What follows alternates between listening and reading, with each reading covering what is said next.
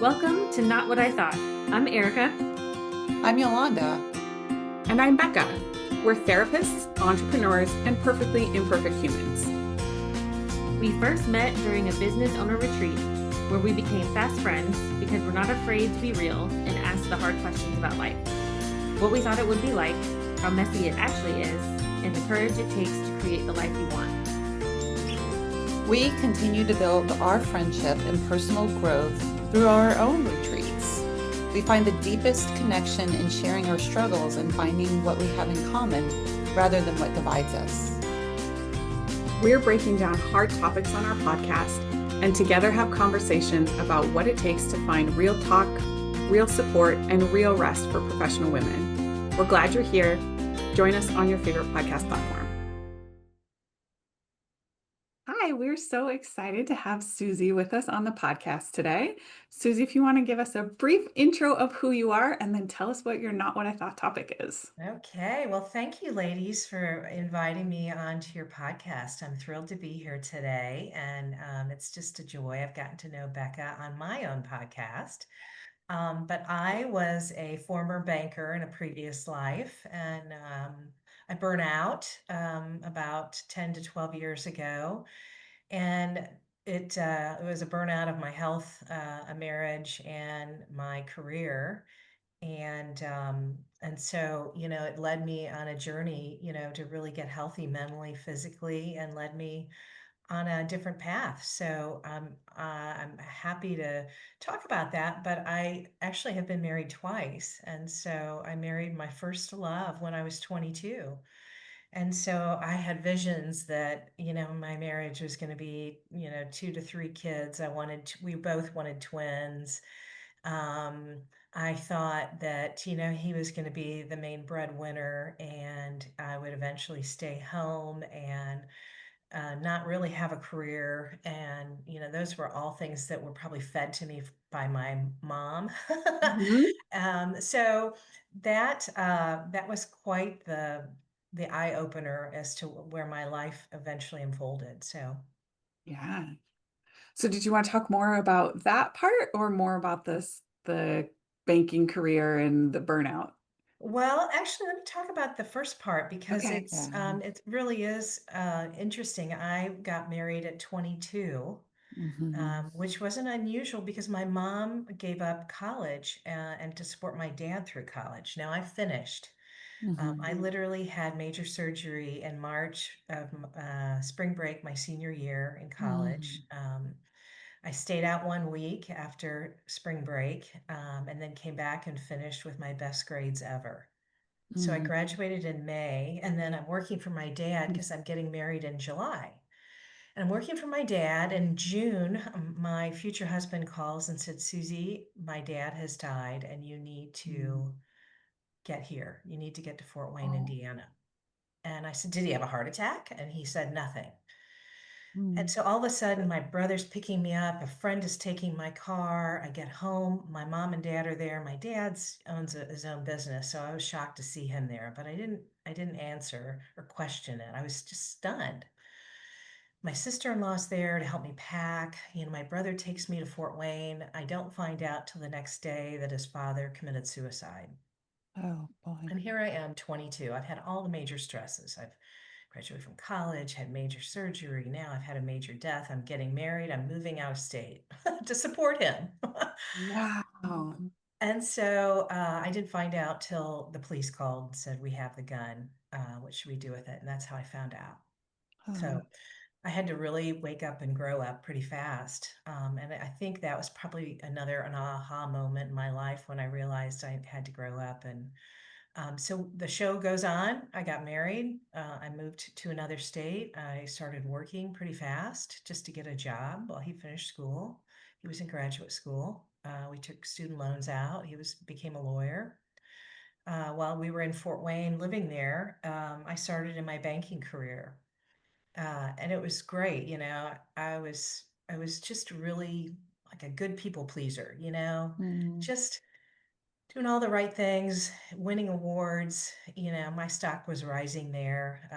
And we decided to move back to Indianapolis. It was pretty fortuitous because my mom eventually got sick and died. So I was glad to be home. Mm. My career took off, his did not. And so at one point, he's like, I really want to go back to where we met, which was a boarding school, and I want to teach. And I said, well, if this will make you happy, I want that. I want him to be happy because I'd been through so many years. By this time, we had no kids. The dream of having twins was not there. The dream of Mm. me not working was not there. I was the stable person, and his drinking had taken off too. So I was dealing with a lot of that. Mm. So I actually said, if this is going to make you happy, do it. And so he left one summer. I stayed home, tended everything, and then at one point he caught me on a weak moment, and I said, let's go. If this is going to make you happy, it should make me happy, right? Mm. Mm. We're also couples. So we know that's not always the case, right? But Yeah, there's Right. so much in that that feels like I think familiar to so many people, right? That's how we have been socialized and what's been given to us as examples of like, well, I'll be happy if you're happy. And so then we get into this place of, right, already so many layers of like, this was not the plan. And what I thought that I wanted goes out the window, but I'm just here because I want to really be happy, right? And there's a way I think that if both partners in a relationship have that attitude, but Mm. my main goal is to make you happy, I think there's places where it can work and it becomes really unhealthy when only one of the partners is living by that. Well, let me do whatever I can do to make you happy. And the other one's like, yeah, let's make me happy Well, Right. I even wanted to like roll the tape back further. Yeah. to the comment the show goes on, like Mhm. after Mm, your future husband at that time, right, commits Right. suicide, his father commits suicide, and yet the show goes on. And so, wow. Yeah, if I could talk about that, I had a big wedding. I had 425 people at my wedding, Mm-hmm. at the place where we met. It was boarding school, Mm-hmm. and the reception was at my parents' lake house. And so, really, it was the Mm-hmm. wedding my parents always wanted. Even though I'm the Mm-hmm. youngest of four, I think Mm-hmm. it was my mom planned it, even down to the Mm-hmm. dress. I Mm-hmm. mean, there were so many things that I didn't have a say in. So that was the beginning of the show goes on. Yeah, it was because, Yeah. and even she said, she caught me one night. I was just sobbing in my bedroom. She could hear me because their Mm. bedroom was below mine, and Mm. she could hear me sobbing. And this was before we were married. And she's like, Susie, I don't want you to be a doormat. And that has always stuck with me. But I always Mm. wanted to please my mom and my dad, Mhm. as the baby in the family. I always Mhm. did. And so, literally the show did go on, but Mhm. during the reception, I had more people come up and say, where's Chris's dad? Oh, He wow. hadn't told people. People didn't Oh. know. I'm like, you Wow. gotta be kidding me. And one was a classmate of his who I'd consider probably, you can count the number of good friends you have on one hand. That was Mhm. one of the five. And I thought, were Mm. you embarrassed to say something? That may have been it. Or was it just so overwhelming that you couldn't? Mhm. But but everyone said, "Oh, it was a beautiful wedding." Well, little did you know what was going on. Wow. All of that behind the scenes. Right. Mm. And it really made me strong. It really made me independent to have to just buckle down and be the responsible, stable person and to be there for Mm. him because no one knows how to deal with suicide. I didn't at 22. I mean, Yeah. no one knows at any age, really, unless you're trained in it. Mhm. But that's when his drinking kicked off. Mhm. That's when the meanness came out, the Mhm. nastiness, the pain, Mhm. the demons he had. Mhm. And I didn't know that. Okay. I didn't know that till not too long ago. So, Mhm. Yeah. So when he said, I want to go move back, quote unquote, home mhm. and teach, that seemed like a reasonable solution to his unhappiness at the time. Yeah. And maybe that will stop all Yeah.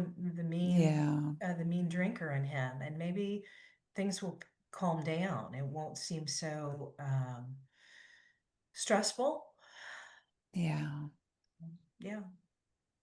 And this I did with only my mom knowing about it. I think my dad had an inkling of my Mm-hmm. unhappiness. My siblings didn't know. I hid from my family. I worked so hard in my career. I couldn't wait to get to work. I couldn't wait to prove and to show, Mm-hmm. what a good employee I was. Um, Sadly, it affected everything about me. It affected my health, mentally, physically, emotionally, everything. Mm-hmm.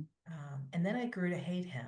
I just grew to hate him. I hated how he treated me. I hated the fact that when we did move, he in the summer lived in a camp part of the school and did not Mm-hmm. come home that often, which my coworkers knew because I started working for the school too, and they noticed that.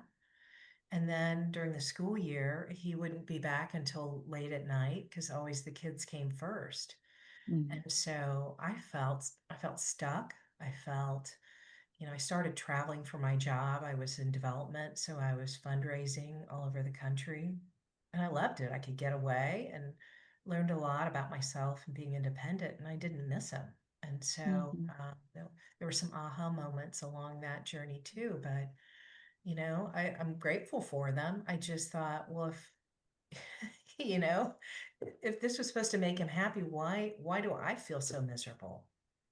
Why do I feel like I am just along for the ride? And why am I so lonely and so unhappy? I gave up my career Mm-hmm. to make him happy. And I think he was probably threatened by my success at the time too. I mean, Oh, there's so much in that that feels really familiar to my own experience of divorce, right? With like mhm, coming to a point where, oh, one person traveled and like, wow, I didn't miss you. And the over years stuff building up to being like, oh, I really don't like this person anymore. And then I had this awareness of, I don't like the person that I'm married to. And I also feel awful about that, right? Because mhm, this isn't a place that I want to be in, but feeling mhm. stuck and not knowing what else to do. And even I wonder if, in your case, if there's some part of like diving into the career that feels good because, well, at least I can be successful over here, right? At least I can have some control over here and have recognition or feel good about myself or, whatever that is, because, and that feels all the more important because it's not, things at home aren't great. Yeah. Yeah. Yeah, sure. And I can see it in other people. I could see it after it happened to me. I could see it in other people. I'm like, something's going on with that person Yeah. to be either the workaholic or to just be oblivious to the other things that are going on because you don't want to think about that. You've got to have tunnel vision at your job. Mhm. Um, and I was so good at putting on that false front of I'm okay, but really the more I did that, the worse my health got, and the worse, I felt physically and mentally and drained. Oh my God, I was just wiped out. So I did divorce him. I left him at the boarding school and came back. And that embarrassed him. He was so embarrassed that he started tarnishing my reputation Mm-hmm. at the bank where I worked with people that we mutually knew. I think he loved playing the victim, role, and that was a way to lash out. I accept my responsibility and the my part of the failure of our marriage, and the things that I know to do differently. But Can I I came, ask, Susie, can I ask what shifted for you? Like what changed that you were like, I'm not going to do this anymore. I'm done. Mm-hmm. I think there were some people in my life that kind of showed me that I needed to get out. Mm-hmm. That there were traits about him that weren't going to change. Mm-hmm. And I think he'd stopped drinking twice during our marriage. Once was when my mom died for a year and a half, and it was so peaceful and calm. And then he Mm-hmm. started up again. And then when we moved, that was important to him to have that reputation and, look at me, I'm a good guy kind of thing. And he stopped until we were there a year and a half and he started saying, I'm not sure I want to do this anymore. And I thought, I gave up my career for you to say this to me. And then he started drinking again. And that was like, Mhm. I'm not going there anymore. And Mhm. really, I'm like, my whole body was like, and mind said, I can't go through this anymore. Mhm. You know, I think it's almost like, and I don't say I'm abused in any way. I'm not. Mhm. Maybe verbally from the mean part of his drinking, but Mhm. it's almost like an abused woman or man, someone who's been abused, and they just keep getting abused until finally they say, I'm done. You know, after Mhm. so many times, they finally say, I can move on and I'll take whatever comes my way next just to get out of this situation. Mhm. So, Whatever that is isn't as bad as what I'm living with now. right. And there were Mhm. times I was like, I just cried in the shower, you know, I Mhm. just went out. Um, you know, I guess and my sister said, Susie, you deserve so much better than that. Mhm. So, I've had to say that to one of my brothers when he was in a, unfortunate, you know, relationship. But I think people need to hear that. You do deserve better. You don't have to put up with that. And So, sometimes we need that is that what you're going to say, Erica? Yeah, I'm so grateful that you had those people. Like, I always call it brutal honesty, and brutal doesn't mean mean, it means kind. It means being honest about the severity of the situation. And I'm glad that you had some people who could say in a kind way, sounds like this is not what you thought, and it's not the yeah, life that you want. yeah, yeah. Well, I had that happen twice, so. Mhm. And I know my angels, you know, they're kind of like angels, you know, they tell you what Mhm. you don't want to hear, but you need to hear it. And then you go, yep, you're right. And then it's years later when you go, gosh, I'm so glad that I had those people to tell me Mhm. that. You know? So can you talk about kind of the build up to the burnout? And I think you were starting to Yeah. go there. Yeah. Yeah, I went back to my career actually after I left and did development. I came back to Indianapolis and I believe in not burning bridges. Mhm. And the bank said, yeah, we'd love to have you back. And we're going to put you in the role that you always wanted, that you were always Mhm. kind of groomed for. And I was like, cool, you know, here I go again. I can outwork anybody. I can, you Mhm. know, out entertain anyone. I can, you know, do all my numbers. And so I did. I did that for 10 years during the recession. You know, I started in 2000 and late 2005 and left in 2016, a Mhm. couple days before my 50th birthday. Mhm. But I was noticing I didn't want to go to work. I was noticing I was looking at the clock, couldn't wait to leave. I Mhm. had an office downtown, but I had satellite offices at banking centers, and I always wanted to go to the banking centers. It was a much healthier environment to be out Mhm. there. I would look for any reason to be with a client. So I noticed the signs of burnout, and I hired a life coach about two Mhm. years before. And we worked on the strategy of me exiting and what my options were. And during that time, my dad died, so that was good. And I noticed I had the start of menopause, so that was good. It was such a good experience. And some of the things that I still do are as a result of my takeaway with my life Mhm. coach, who I'm now good friends with. Mhm.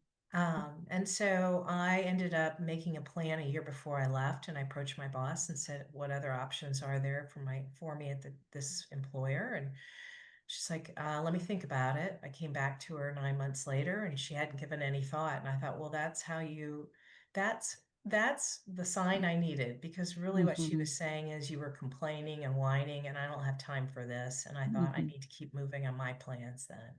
Mhm. And so I made a plan to leave, and I left a couple days before my 50th birthday. And it was then when I was home, I started noticing I was awake when I should be asleep and asleep when I should be awake. Mhm. I was crashing after lunch. You know, I was going through full-blown menopause. I was noticing Mhm. signs in my new husband that were disturbing. Things that I think would be related to either Alzheimer's or dementia behavior, Mhm. and some really like just sharp comments, lashing out at me. And I thought, oh, what did I do now to deserve all this? Mhm. Did I attract the Mhm. same person? Which I think I Mhm. did in a different Mhm. way. And so I ended up switching to functional medicine, and she was a lifesaver. She was a former client of mine at the bank, and Mm, she said nurse, and I thought she was a nurse, but she was actually a nurse practitioner. mhm, And she said, I think you've got some food sensitivities. I know you're going mm, through menopause. She said, are you depressed? I said, I'm not depressed. She goes, I mm, think you're depressed. mhm, uh, all sorts of things came out that I just, when I left after the test results came in, I cried in my car. I was like, oh my God, finally, someone has figured this mhm, out. And mhm, now I've got a new plan. And so she said to me, she said, Susie, you can't heal in the environment that made you sick. mhm, And I said, well, I left my career. And she goes, no, I'm talking about your marriage. He's not going to change and you need to get well. And she said, you can live in my lower level when my mhm, stepdaughter leaves. And I said, I'm not going to live in your lower level. But she was the second person to tell me that this person was not going to change and that I needed to leave. And that was mhm, sad because I still loved him. I wasn't, I didn't hate him like I hated my first husband. mhm. Um, And so, yeah, that really sent me on a new course of health, mental health, physical health, emotional health. Just want And to like pause for a second and like pull out some of the pieces of this that I think are relatable and also really important. One is like 2 years before you left your job is when you hired the life coach, right? Mhm, That there's like something inside me that I can trust that says this is not okay. And maybe I don't know what all of that's going to look like yet, but I need someone to help me figure that out, right? So just normalizing that sometimes these life changes aren't a moment of things shifting, but it's like a long lead up, right? right. Um, and that thing that your functional medicine nurse told you about you can't heal in the environment that's hurting you and making you sick. Like, wow, because so many of mhm, us are trying to, because we don't want to rock the boat or because we're afraid of change or because whatever, we think that if we just make enough of these other little changes, but when it's the environment that's making you sick, like there's no amount of tiny little changes that are totally gonna fix all of that, right? And then like shifts you into this completely different way of being where you actually get to be like, healthy, happy now. Mhm. mhm, Oh, truly, truly life changing. I recently saw my former nurse practitioner. She's since retired, and I have someone else. And I saw her with her daughter and two granddaughters. And I said, what do they mhm, call you? And they said, they call me Grammy. And I said, well, your Grammy saved my life. And they said, mhm. how'd she do that? They're all really excited about it. I'm like, well, I'm not going to go into No. details, but she was a godsend. She was just the right person at the right time.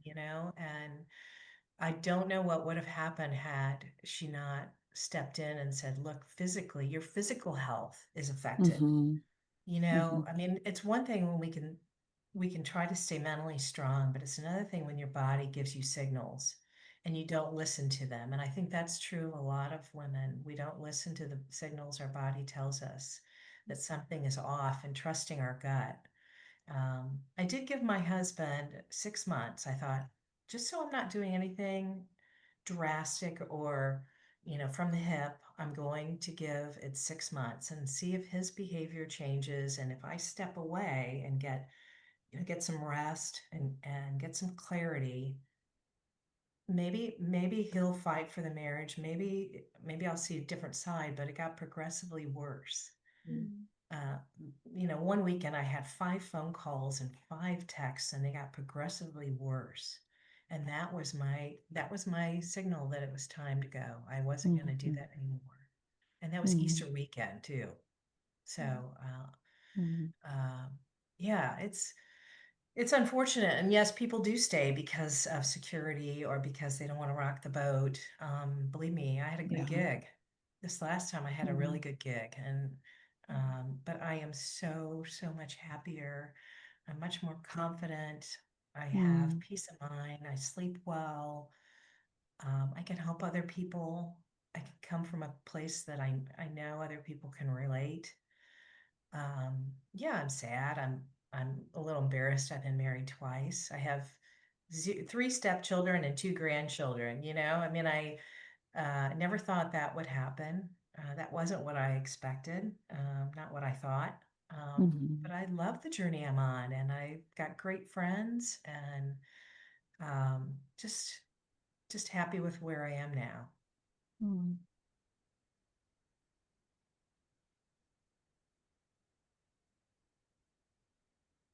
What has or what surprises you most about the life that you're living now? I'm not the same person I was. Mm.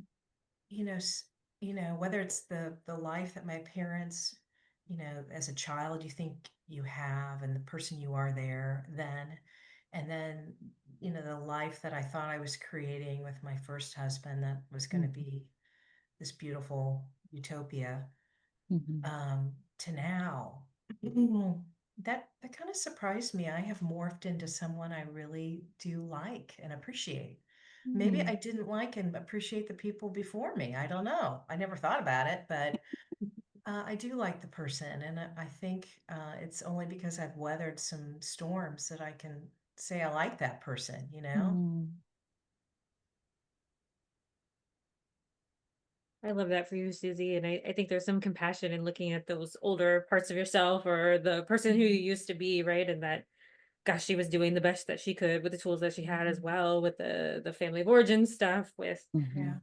first marriage, the alcohol. I mean, there's really a lot to your story, and I'm getting Mhm. a lot of resilience through it, but also Mhm. compassion and joy in getting to be the person that you are now. And I feel like that's really inspiring. Well, thanks. Yeah. It didn't come without, a few gray hairs and a few bumps in the road, but I look at people, and I marvel at people that have these long marriages, and I'm sure they go through ups and downs, and they don't quit or give up. And I just knew I needed to walk away in order to probably find myself, I mean, I've moved away once, and I said in order to grow, I need to go. Mhm. I think I'm going to write a book about that, because there's some Mhm. truth to leaving whatever it is, a situation or a marriage or Mhm. a place where you grew up, to find yourself. I think there's so Great many book ways that title. we, yeah, it is a great title. I think there's so many ways that we just kind of get stuck in the status quo, Mhm. until we can give ourselves some time and space, Mhm. and understand that there are different ways of doing things. Mhm. That classic marriage with the 2.5 kids and the white picket fence is just a version of Mhm. life. Right. Mm.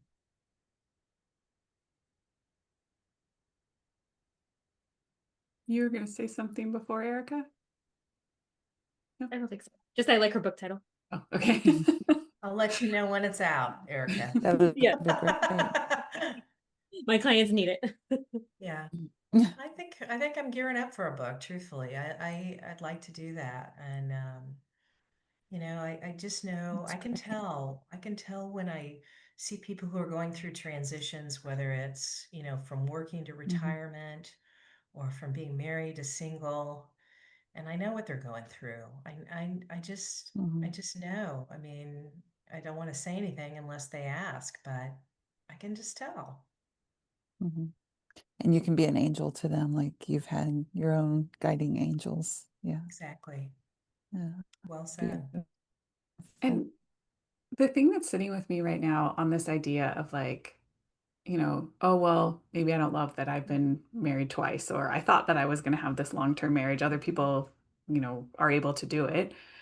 Uh, I think sometimes we can become overly responsible for other people's actions, right? Because there is like, I'm thinking about it because we had just been talking about Yolanda and her husband just celebrated 30 years together, right? Oh. Um, like before you got on today, we were talking about that.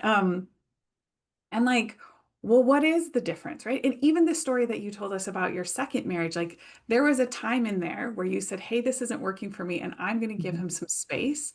And Mhm. like that, if he had chosen differently, Mhm. you may be here telling us a different story about how our relationship almost ended and we pulled it together and we grew in these ways and whatever. And so, like, it's not like any one of us has to make our choices, but also like in response to and in relation to what the other people in our lives are doing. And so if you are a person who, got divorced when you didn't want to, or like has been married more than once and you didn't think that was going to be your role or whatever, like some of that is you and your choices, and some of that is you maybe what the other people in your life were doing. And so it's Mhm. not like a personal failure if Mhm. my marriage didn't work out, and this is me, right? Like my marriage didn't work out. It's like, well, part of that's me, part of that's him, part of that's the both of us working together in this, Mhm. Uh-huh. particular way. And so I think there's just so much room for us to have compassion and kindness for ourselves around those things, because we don't get to control other people's actions, what choices they decide to make when things get hard. And you know what? Sometimes we are the people who walk away when the other person wants to keep it together. And I think there can be honor in that too. Mhm. Mhm. Yeah, well said.